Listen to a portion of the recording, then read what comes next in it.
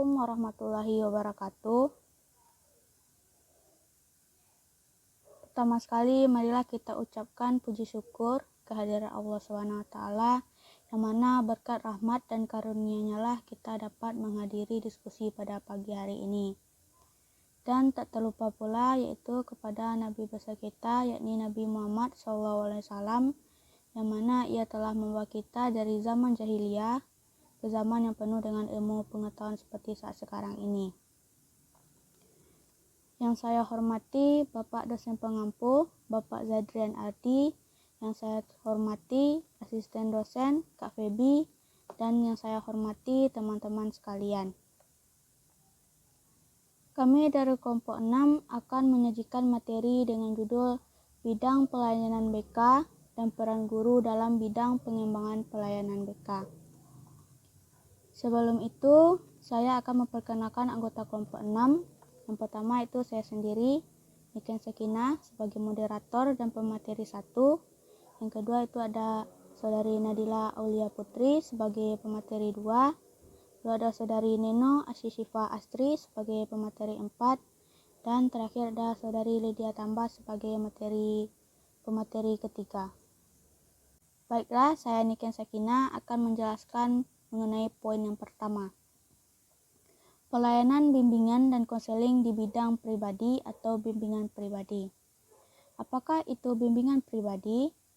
Bimbingan pribadi ini merupakan bidang pelayanan yang membantu peserta didik dalam memahami, menilai, mengembangkan potensi dan kecakapan, bakat dan minat, serta kondisi yang sesuai dengan karakteristik kepribadian dan kebutuhan dirinya. Tujuan dari bimbingan pribadi ini yaitu untuk membantu para peserta didik dalam mengenal diri sendiri agar dapat menjadi pribadi yang lebih baik di kemudian hari dan dapat mengambil keputusan tentang dirinya sendiri. Bimbingan pribadi ini itu mencakup ada 7.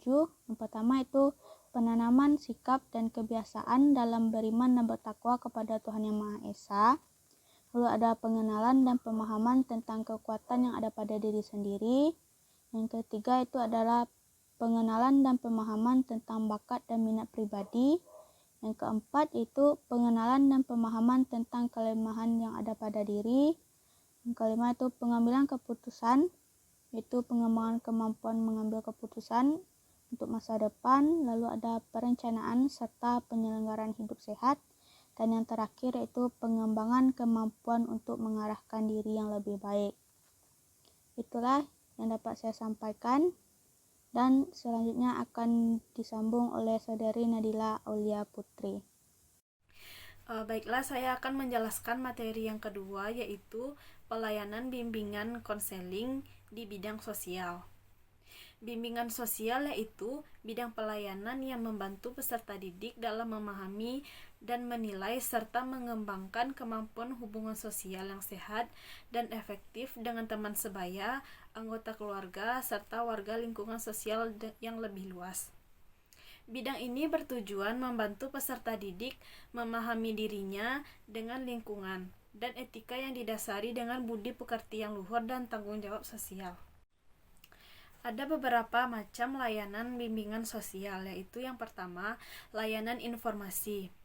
Layanan informasi mencakup informasi tentang keadaan masyarakat yang dapat mencakup perkembangan tentang ciri-ciri masyarakat maju dan modern, makna ilmu pengetahuan dan pentingnya iptek bagi kehidupan manusia, serta informasi tentang cara-cara bergaul. Yang kedua, yaitu layanan orientasi. Layanan orientasi untuk bidang pengembangan hubungan sosial adalah suasana, lembaga, objek-objek pengembangan sosial seperti berbagai suasana hubungan sosial antar individu dalam keluarga, organisasi atau lembaga tertentu dalam acara sosial tertentu. Selanjutnya, pelayanan bimbingan konseling di bidang belajar. Bimbingan belajar yaitu bidang pelayanan yang membantu peserta didik mengembangkan kemampuan belajar dalam rangka mengikuti pendidikan sekolah atau madrasah dan belajar secara mandiri. Bidang ini bertujuan untuk membantu peserta didik dalam mengenal, menumbuhkan dan mengembangkan diri, sikap dan kebiasaan belajar yang baik untuk menguasai pengetahuan dan keterampilan sesuai dengan program belajar di sekolah. Yang pertama, aspek-aspek bimbingan belajar. Bidang bimbingan belajar ini memiliki pokok-pokok materi sebagai berikut. Yang pertama, pengembangan sikap dan kebiasaan belajar untuk mencari informasi dari berbagai sumber belajar.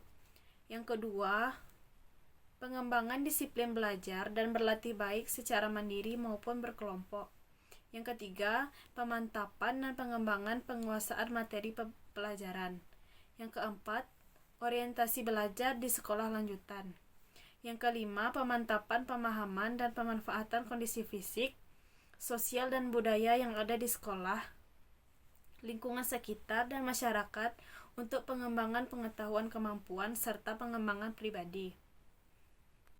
Ada beberapa macam bentuk layanan bimbingan belajar, yaitu yang pertama, orientasi kepada siswa, khususnya siswa baru, tentang tujuan sekolah dan madrasah, isi kurikulum pembelajaran, struktur organisasi sekolah, cara-cara belajar yang tepat, dan penyesuaian diri dengan corak pendidikan di sekolah atau madrasah. Yang kedua, penyadaran kembali secara berkala tentang cara belajar yang tepat selama mengikuti pelajaran di sekolah maupun di rumah, baik secara individual maupun berkelompok. Yang ketiga, bantuan dalam memilih jurusan atau program studi yang sesuai. Memilih kegiatan-kegiatan non-akademik yang menunjang usaha belajar dan memilih program studi lanjutan untuk pendidikan yang lebih tinggi. Yang keempat, pengumpulan data siswa atau layanan pengumpulan data yang berkenaan dengan kemampuan intelektual, bakat khusus, cita-cita hidup, dan sebagainya. Yang kelima, bantuan dalam mengatasi kesulitan-kesulitan belajar seperti kurang mampu menyusun dan mentaati jadwal belajar di rumah, kurang siap menghadapi ujian atau ulangan, kurang dapat berkonsentrasi, kurang menguasai cara belajar yang tepat di berbagai mata pelajaran, serta menghadapi keadaan rumah yang mempersulit cara belajar. Yang keenam, bantuan dalam hal membuat kelompok-kelompok belajar dan mengatur kegiatan belajar kelompok supaya belajar berjalan secara efektif dan efisien. Baiklah, saya Lydia Tamba akan menjelaskan materi mengenai pelayanan bimbingan dan konseling di bidang karir atau bimbingan karir. Bimbingan karir yaitu bidang pelayanan yang membantu peserta didik dalam memahami dan menilai informasi serta memilih dan mengambil keputusan karir. Bidang ini bertujuan membantu peserta didik mengenal dunia kerja agar dapat menentukan kemana selanjutnya mereka akan melangkah setelah lulus dan mengetahui potensi diri yang dimiliki agar dapat diterapkan dengan kehidupannya serta dapat membaca peluang karir yang tersedia di lingkungan sekitarnya. Aspek-aspek bimbingan karir yaitu pengenalan awal terhadap dunia kerja dan usaha memperoleh penghasilan untuk memenuhi kebutuhan hidup, pengenalan orientasi dan informasi karir pada umumnya secara sederhana, pengenalan dan pemahaman diri secara awal berkenaan dengan kecenderungan karir yang hendak dikembangkan, orientasi dan informasi sederhana terhadap pendidikan yang lebih tinggi, khususnya dalam kaitannya dengan karir yang hendak dikembangkan. Lalu selanjutnya bentuk-bentuk layanan bimbingan karir yaitu layanan informasi tentang diri sendiri, layanan informasi tentang lingkungan hidup, usaha-usaha membantu siswa merencanakan masa depannya, layanan orientasi untuk bidang pengembangan karir mencakup suasana lembaga dan objek karir pekerjaan seperti kantor, bengkel, pabrik, dan sebagainya. Terima kasih. Baik, saya akan menjelaskan tentang peran guru dalam bidang pengembangan pelayanan bimbingan konseling sesuai dengan mata pelajaran yang dibina. Nah, guru itu tidak bisa memaksakan siswa untuk menjadi suatu hal yang bukan merupakan minat atau bakat dari siswa tersebut. Tugas guru yaitu untuk menjaga, mengarahkan, dan membimbing siswa agar menjadi individu yang berkembang dan tumbuh menjadi individu yang mandiri dan produktif. Nah, menurut Bapak Pratino, tugas dan tanggung jawab guru mata pelajaran dalam BK yaitu pertama, menjadi konselor mengidentifikasi siswa-siswi yang memerlukan layanan bimbingan konseling seperti mengumpulkan data-data siswa-siswi tersebut. Kedua, yaitu membantu memasyarakatkan pelayanan bimbingan dan konseling kepada siswa. Nah, yang ketiga yaitu mengalihtangankan siswa yang memerlukan layanan bimbingan konseling kepada konselor. Nah, yang keempat yaitu menerima siswa alih tangan dari konselor, yaitu siswa yang menurut konselor memerlukan pelayanan khusus seperti pelajaran atau latihan memperbaiki dan program penghayaan. Nah, yang kelima yaitu membantu dan mengembangkan suasana di kelas, di mana guru mata pelajaran itu lebih banyak memiliki interaksi kepada siswa dibandingkan dengan guru bimbingan konseling. Nah, yang keenam yaitu memberikan kesempatan dan kemudahan kepada siswa yang memerlukan layanan atau kegiatan bimbingan dan konseling untuk mengikuti atau menjalani layanan bimbingan konseling tersebut. Nah, yang ketujuh yaitu membantu mengumpulkan informasi yang diperlukan dalam rangka penilaian layanan bimbingan dan konseling serta upaya tindak lanjutnya. Nah, selanjutnya itu adalah peranan guru dalam melaksanakan bimbingan konseling dapat dibedakan menjadi beberapa bagian. Nah, yang pertama yaitu tugas guru dalam layanan bimbingan dalam kelas, di mana upaya lainnya itu menjelaskan manfaat dan tujuan dari bimbingan konseling kepada siswa. Yang kedua, selanjutnya itu ada memilih materi atau bahan pelajaran yang betul-betul dibutuhkan oleh siswa. Selanjutnya itu memilih cara penyajian yang bervariasi.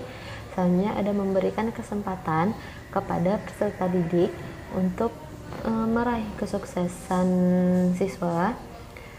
Selanjutnya itu memberikan kemudahan dan bantuan kepada peserta didik dalam proses pembelajaran.